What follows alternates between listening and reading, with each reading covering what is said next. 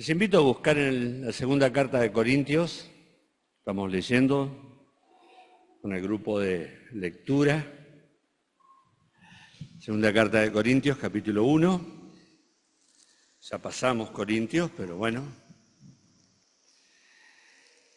Vamos a leer desde el versículo 15 en adelante, segunda Corintios capítulo 1, verso 15, hasta el versículo 22. Con esta confianza quise ir primero a vosotros para que tuvieseis una segunda gracia y por vosotros pasar a Macedonia y desde Macedonia venir otra vez a vosotros y ser encaminado por vosotros a Judea. Así que al proponerme esto, usé quizá de ligereza, o lo que pienso hacer lo pienso según la carne para que haya en mí sí y no.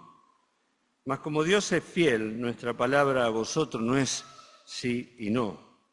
Porque el Hijo de Dios, Jesucristo, que entre vosotros ha sido predicado por nosotros, por mí, Silvano y Timoteo, no ha sido sí y no, mas ha sido sí en Él.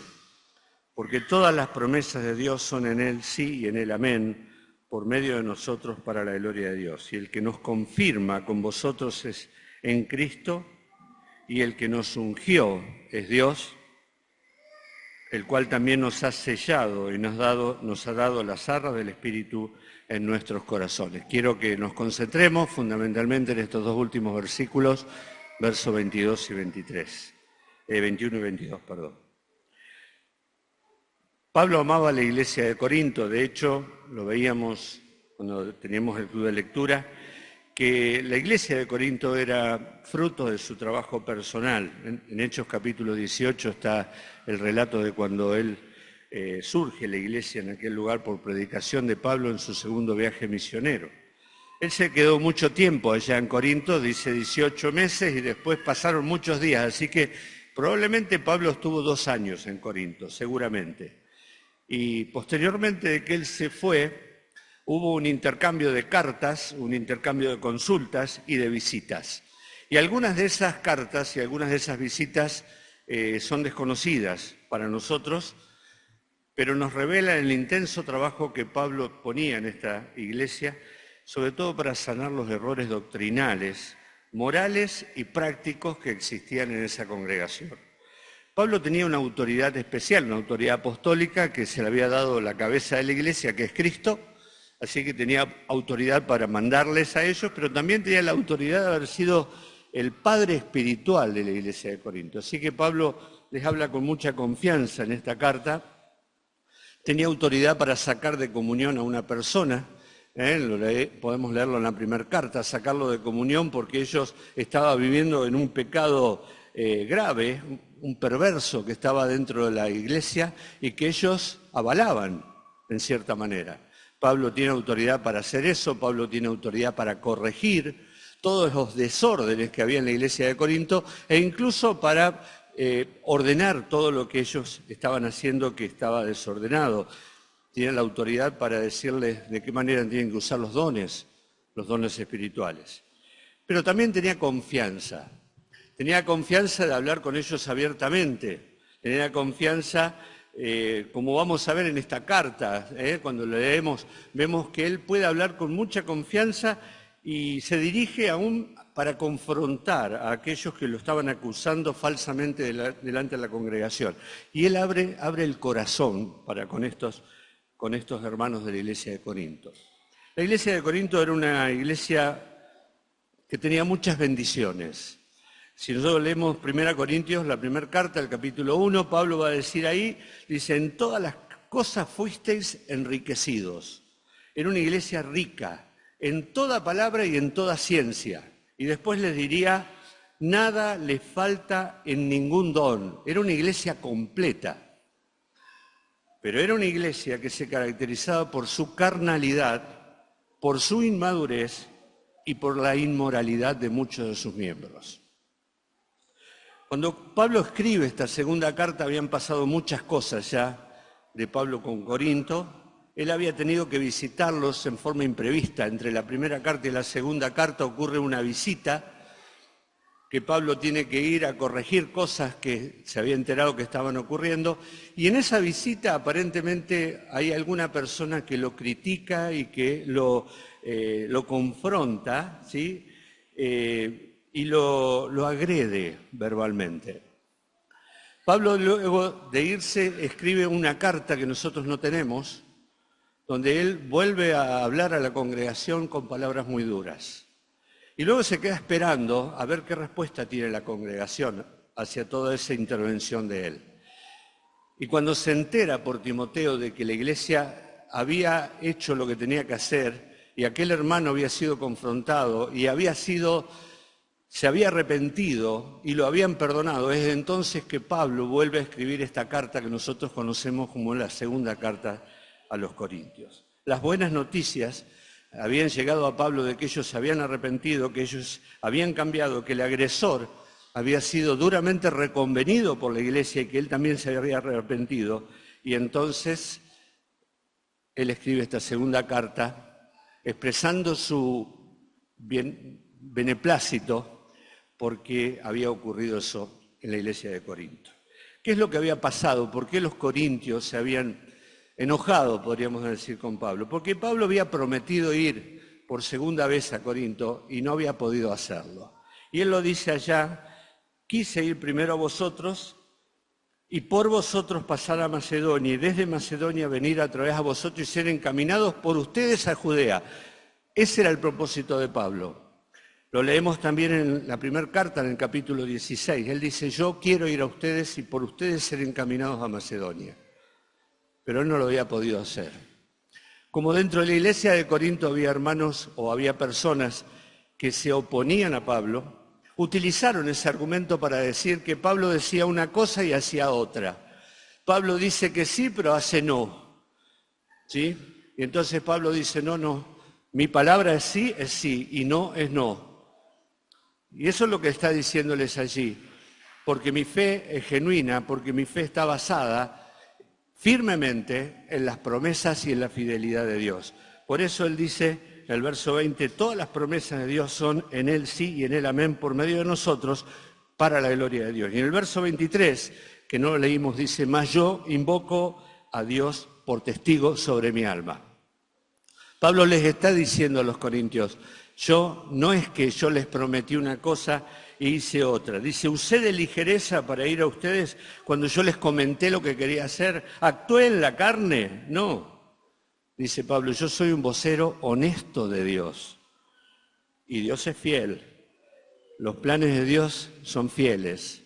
Yo estoy aquí defendiéndome de mis acusadores, defendiéndome de las acusaciones de los que dicen que mi palabra es una cosa y lo que hago es otra, porque yo confío en un Dios que es fiel, sí, espero en Él, sí, por alguna causa Él no había podido ver, pero Él nunca dejó de hacer lo que dijo que iba a hacer. El apóstol Pablo va a dar en el versículo 21 y 22, y aquí quiero centrarme en esto, 4 evidencias internas de que la fe es genuina. La fe de Pablo era genuina, el hablar de Pablo era genuino, el accionar de Pablo era genuino, y va a dar 4 evidencias que son las que quiero muy rápidamente compartir. Lo leemos nuevamente, el verso 21 dice: el que nos confirma con vosotros es Cristo, con vosotros en Cristo, el que nos ungió es Dios, el cual también nos ha sellado y nos ha dado las arras del Espíritu en nuestros corazones. Hay evidencias internas que nos muestran que nuestra fe es genuina. Sí, muchas veces quizás nosotros sentimos dudas en nuestra vida personal, a veces por un pecado que no terminamos de quitar en nuestra vida, a veces porque nuestras circunstancias son difíciles y pensamos, ¿sí?, en que quizás dudamos acerca de nuestra salvación.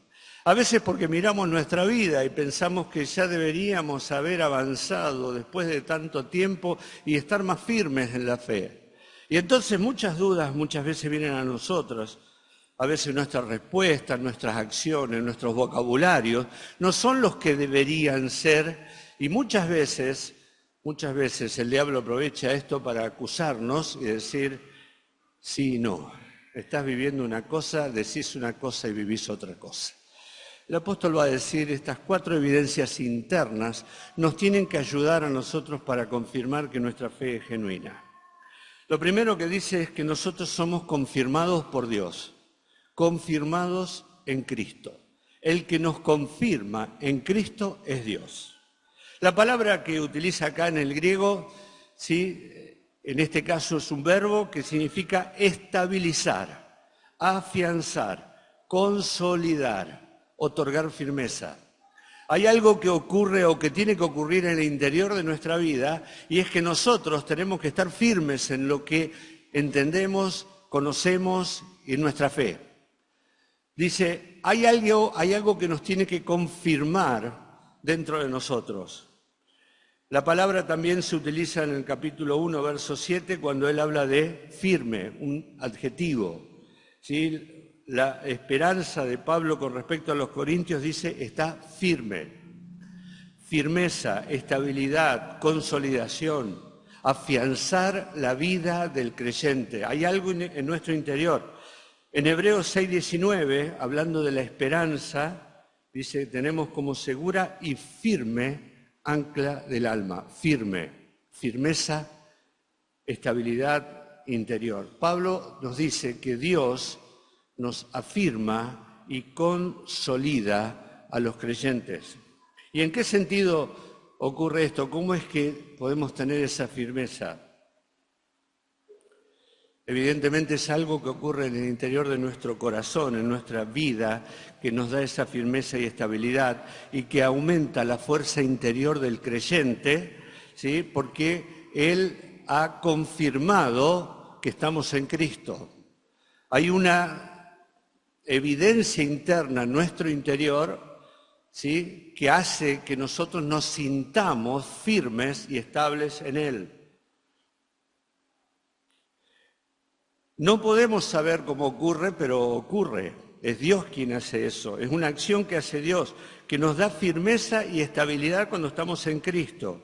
Es la fe en Cristo, de las promesas que acabamos de cantar. Es la fe en sus promesas, los que nos dan la firmeza interior. Es la fe en la confianza en su fidelidad, como cantábamos, en su bondad, en su poder, en su sabiduría, la que produce en nosotros paz y nos hace estar firmes, estables, aun cuando las circunstancias que están a nuestro alrededor sean difíciles, aun cuando nuestros enemigos nos digan que nosotros estamos viviendo una vida de ilusión.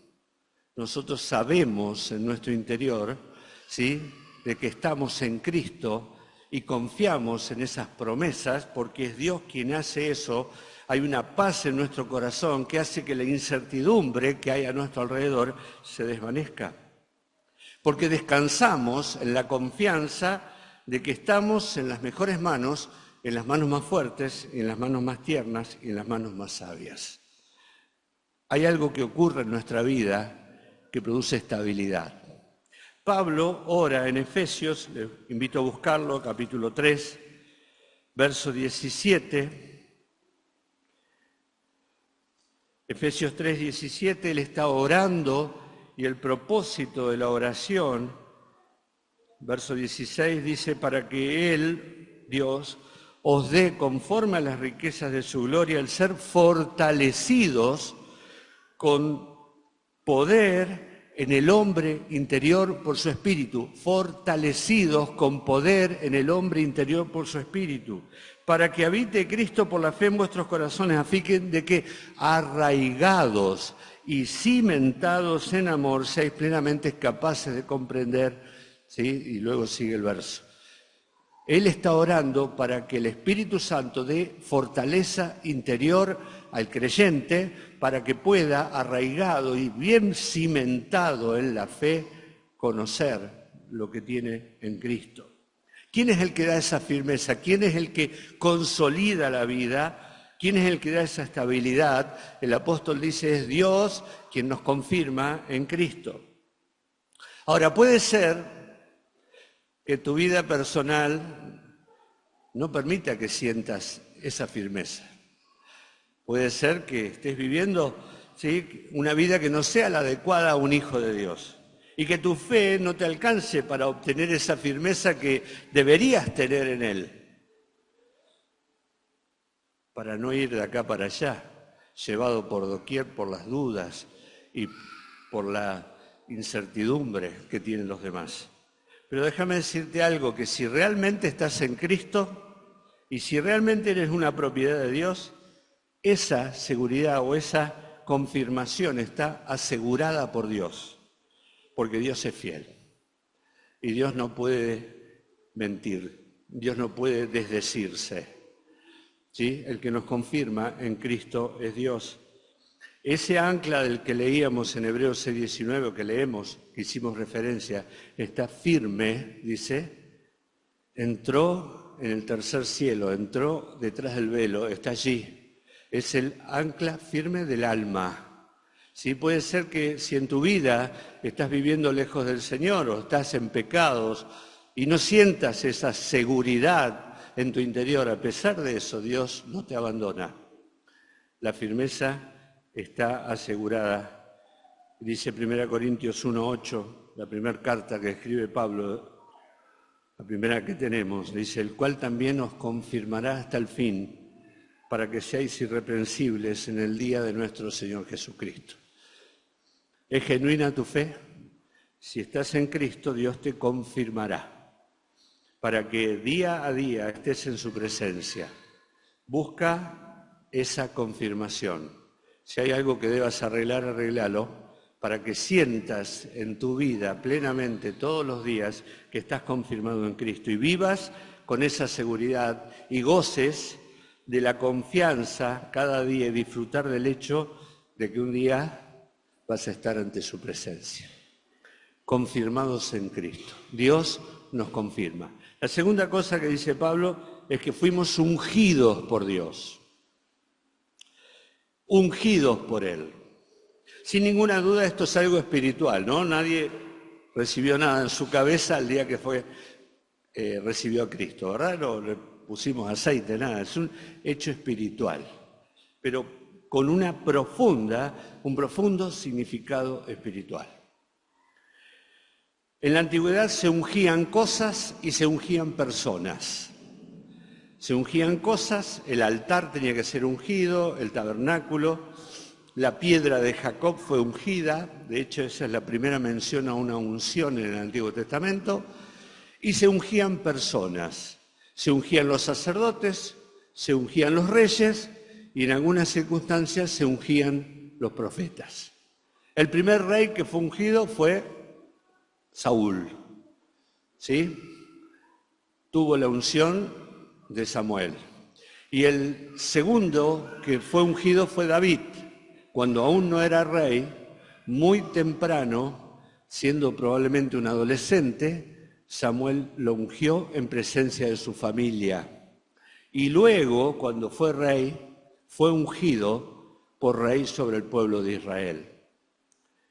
Los sacerdotes eran ungidos, Aarón fue ungido y cada uno de sus hijos también fueron ungidos con el aceite de la unción. Y en el caso de los profetas sabemos que por lo menos Eliseo fue ungido por Elías. El ungimiento era un acto simbólico de iniciación, donde el postulante, escogido por Dios, era investido por la autoridad y el poder que el cargo requería ante los ojos de los demás. Es un acto de inicio. Era ungido con aceite para que los demás vieran que Dios lo había escogido, que tendría un oficio que todos tenían que reconocer, pero también era un acto de consagración de esa persona a Dios. El sacerdote se consagraba a Dios a través del ungimiento para ese servicio especial. En el Antiguo Testamento nosotros vemos que la esperanza mesiánica, el Señor Jesucristo, era el Mesías esperado. ¿Y la palabra Mesías qué significa? Ungido. ¿Sí? El Mesías, cada vez que aparece la palabra Mesías, es ungido. Y en el Nuevo Testamento, cuando se escribe en griego, la palabra ungido, Mesías en hebreo, es Cristo. Cristo es ungido. Cada vez que aparece la palabra Cristo es el ungido. El Señor Jesucristo era aquel que vendría a ser el Mesías o el Cristo, el ungido por parte de Dios.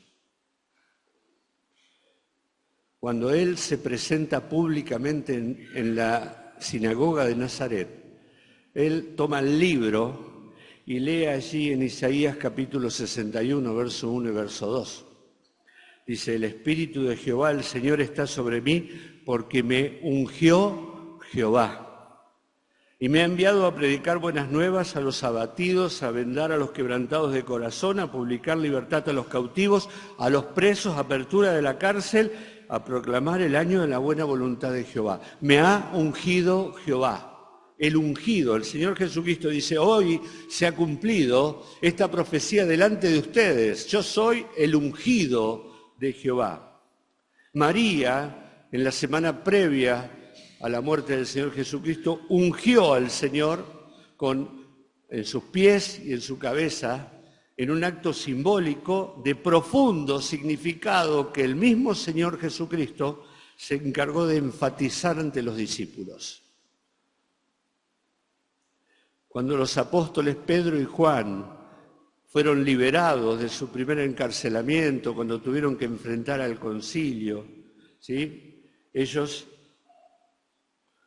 vuelven a la iglesia y la iglesia comienza a orar y dice, porque verdaderamente se unieron en esta ciudad contra tu santo Hijo Jesús, a quien ungiste Herodes y Poncio Pilato con los gentiles y el pueblo de Israel.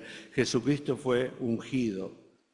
Pedro, en su predicación en la casa de Cornelio, dijo lo siguiente, ustedes saben lo que se divulgó por toda Judea, comenzando desde Galilea, después del bautismo que predicó Juan, cómo Dios ungió con el Espíritu Santo y con poder a Jesús de Nazaret, el ungido. La unción del Señor Jesucristo fue a través del Espíritu Santo. Ese fue el aceite especial con el cual Dios ungió a Jesús. En su bautismo en forma visible, el Espíritu Santo desciende sobre el Señor Jesucristo en forma de paloma. ¿Qué ocurrió en Pentecostés? 10 días después, de que el Señor fuera elevado al cielo. Todos los creyentes que estaban presentes fueron también ungidos e inhabitados por el Espíritu Santo. Y a partir de Pentecostés, todos los creyentes somos ungidos de la misma manera. Vos y yo, todos nosotros fuimos ungidos con el Espíritu Santo. Todos tenemos el Espíritu Santo. Todos tenemos la unción especial. Todos fuimos investidos con la autoridad y el poder. Todos fuimos consagrados para un servicio único y especial dirigido a Dios. Todos fuimos ungidos. Juan, en su primera carta, capítulo 2, verso 20, dice, pero vosotros tenéis la unción del Santo y conocéis todas las cosas. Y luego en el versículo 27 dice, pero la unción que vosotros recibisteis de Él, permanece en vosotros. Y no tenéis necesidad de que nadie les enseñe, así como la unción misma os enseña todas las cosas y es verdadera y no es mentira según ella nos ha enseñado, permaneced en Él. Fuimos ungidos con el Espíritu Santo.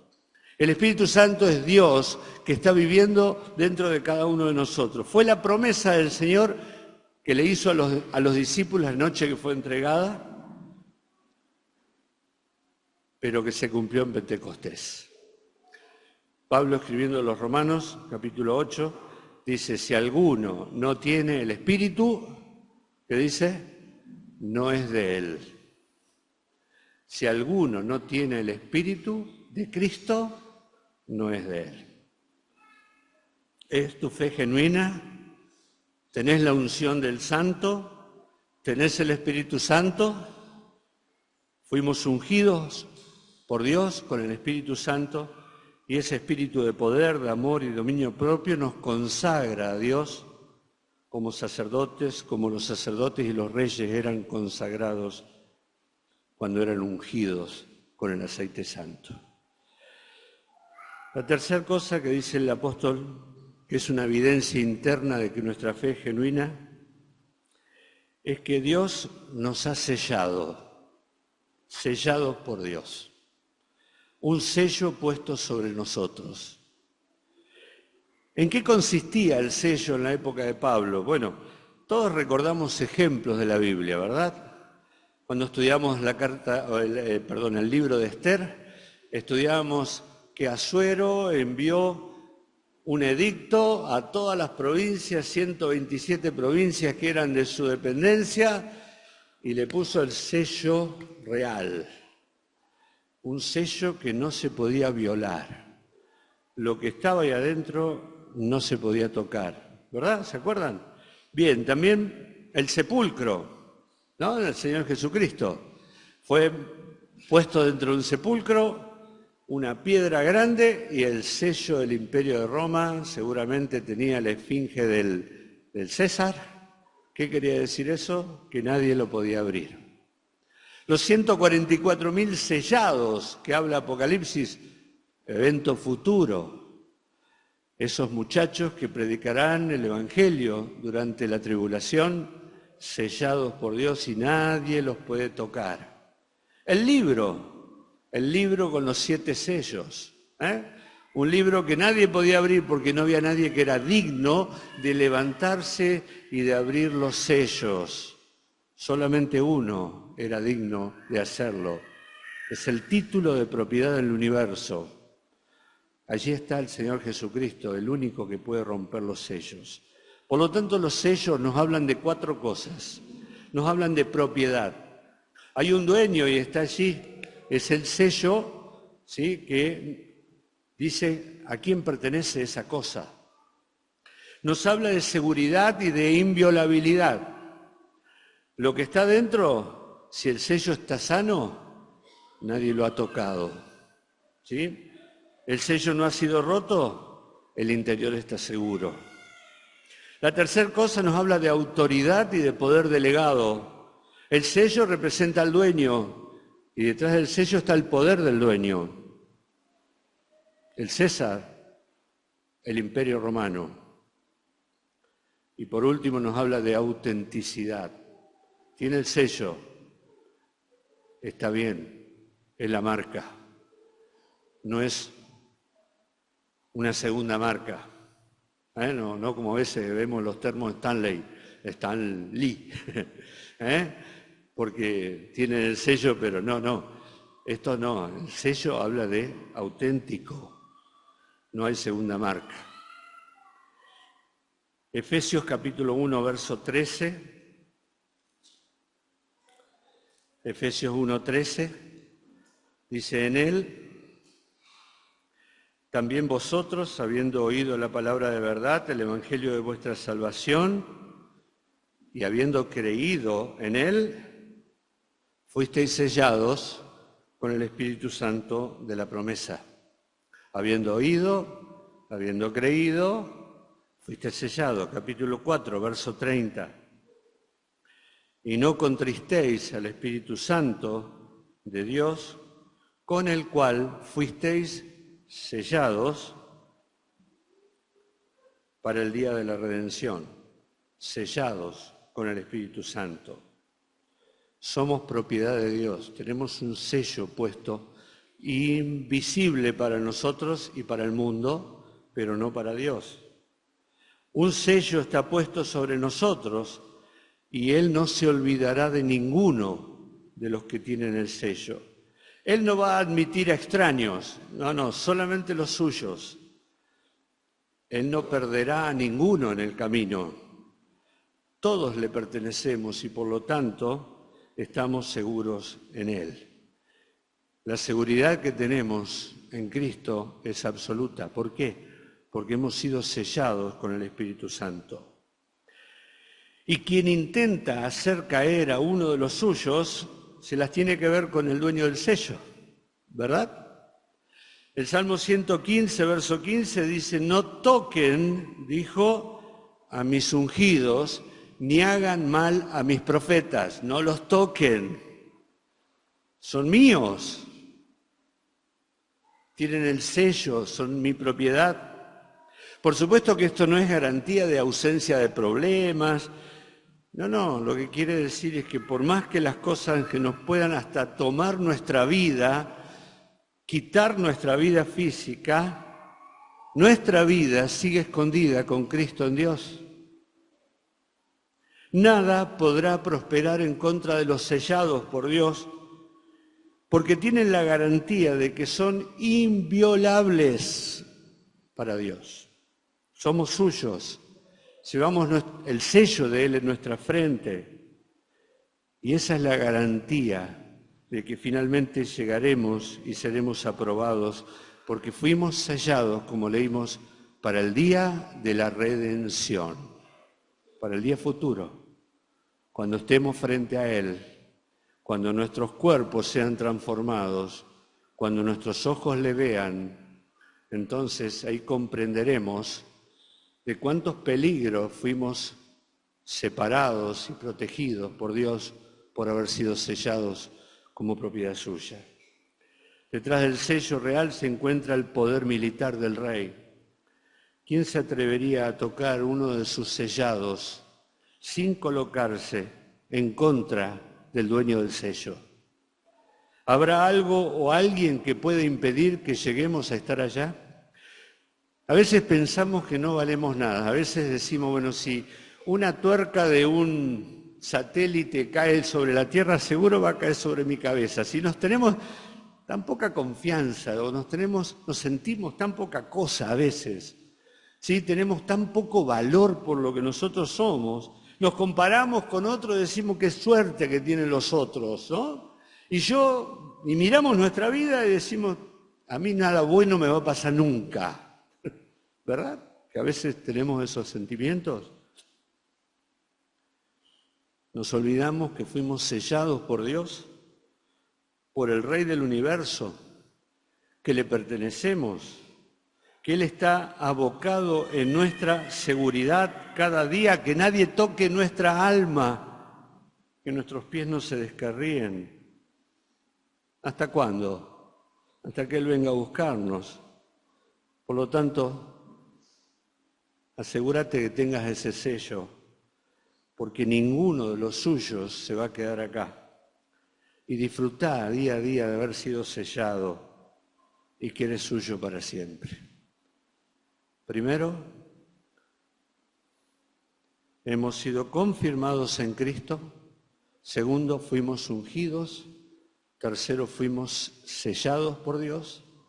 Y la cuarta cosa, se nos ha dado algo como anticipo, se nos dieron las arras del Espíritu. Vamos a buscar también en el capítulo 5 de esta carta, verso 5. Allí el apóstol nuevamente vuelve a hablar de las arras del Espíritu, dice, mas el que nos hizo para esto mismo es Dios, quien nos ha dado las arras del Espíritu. Vamos a Efesios capítulo 1, leímos el versículo 13, que habla del sello, pero el versículo 14 habla, o leemos el 13 nuevamente, dice, en él también vosotros, habiendo oído la palabra de verdad, el evangelio de vuestra salvación, y habiendo creído en él, fuisteis sellados con el Espíritu Santo de la promesa, y luego sigue diciendo que es las arras de nuestra herencia hasta la redención de la posesión adquirida para alabanza de su gloria. La palabra arras es una palabra media extraña para nuestra sociedad en este tiempo. La verdad es que no es una palabra que utilicemos. Hay algunos países, algunas culturas, donde al momento del casamiento los esposos utilizan esto de las arras, intercambian las arras. Esta costumbre, así como tienen la del anillo, tienen la de las arras. Las arras son 13 monedas, generalmente de oro, 12 de ellas y una de platino. Me imagino que después habrá ido variando un poco, pero son 13 porque augura prosperidad.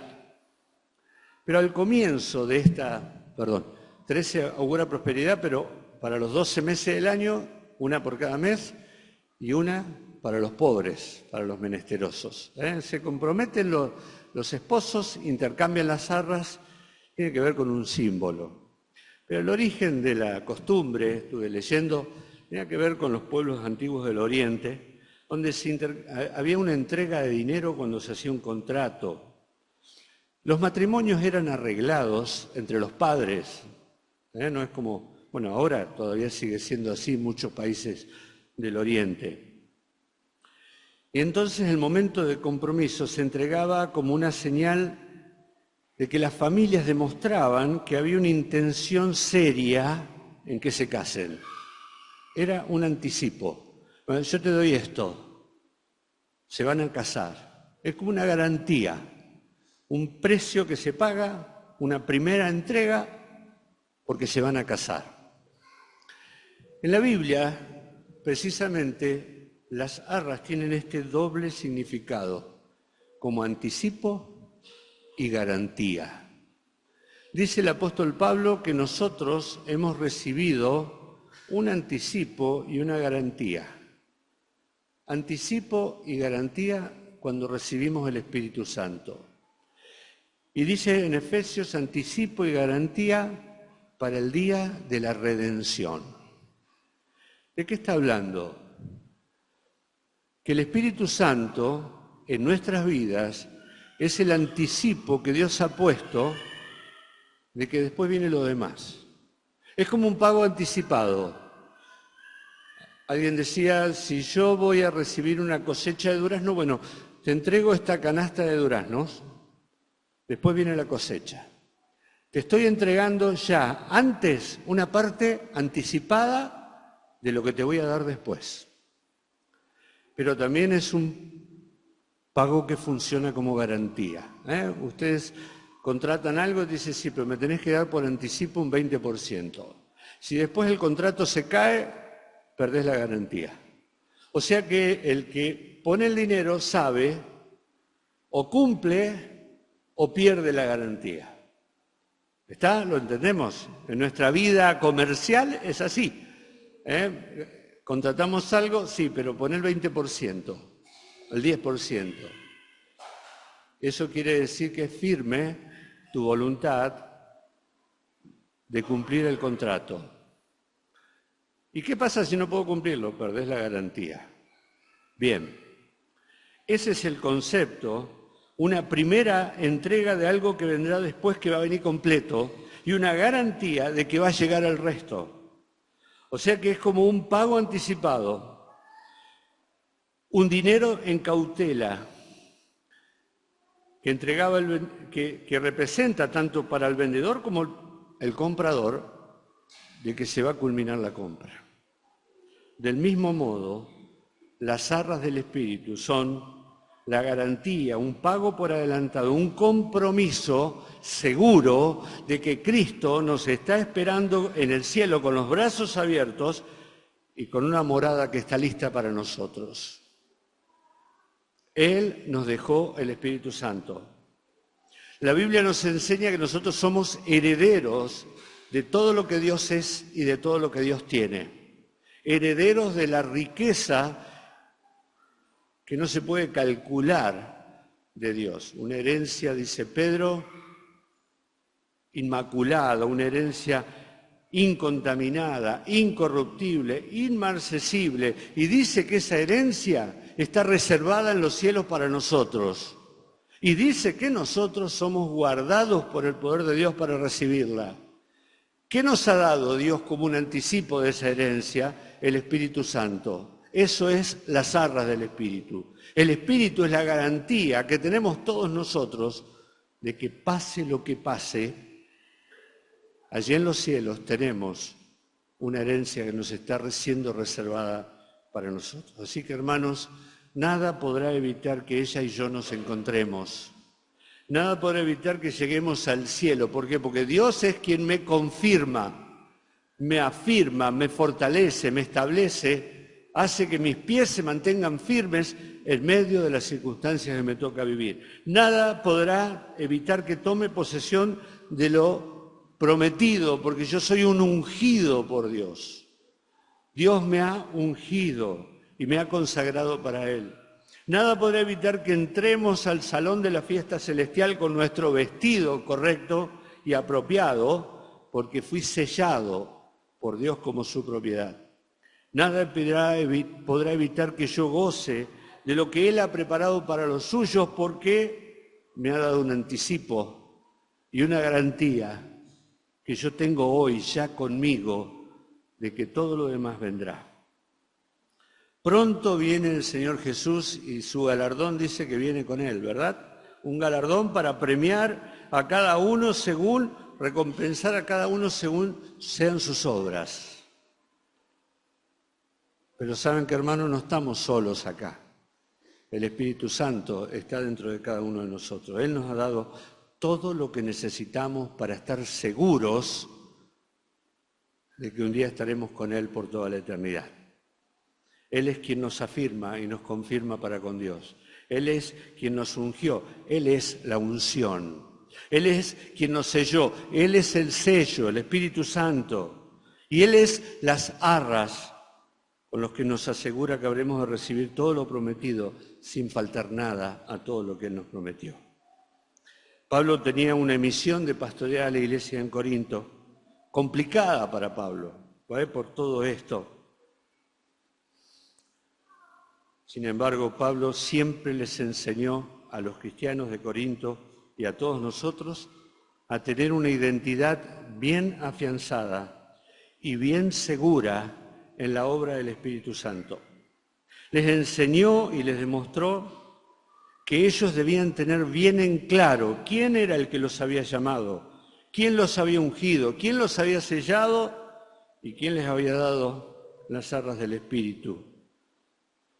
Hoy es necesario que también nosotros obtengamos esa misma claridad mental y espiritual, esa misma seguridad en la obra que Dios ha hecho y sigue haciendo en nuestro corazón cada día.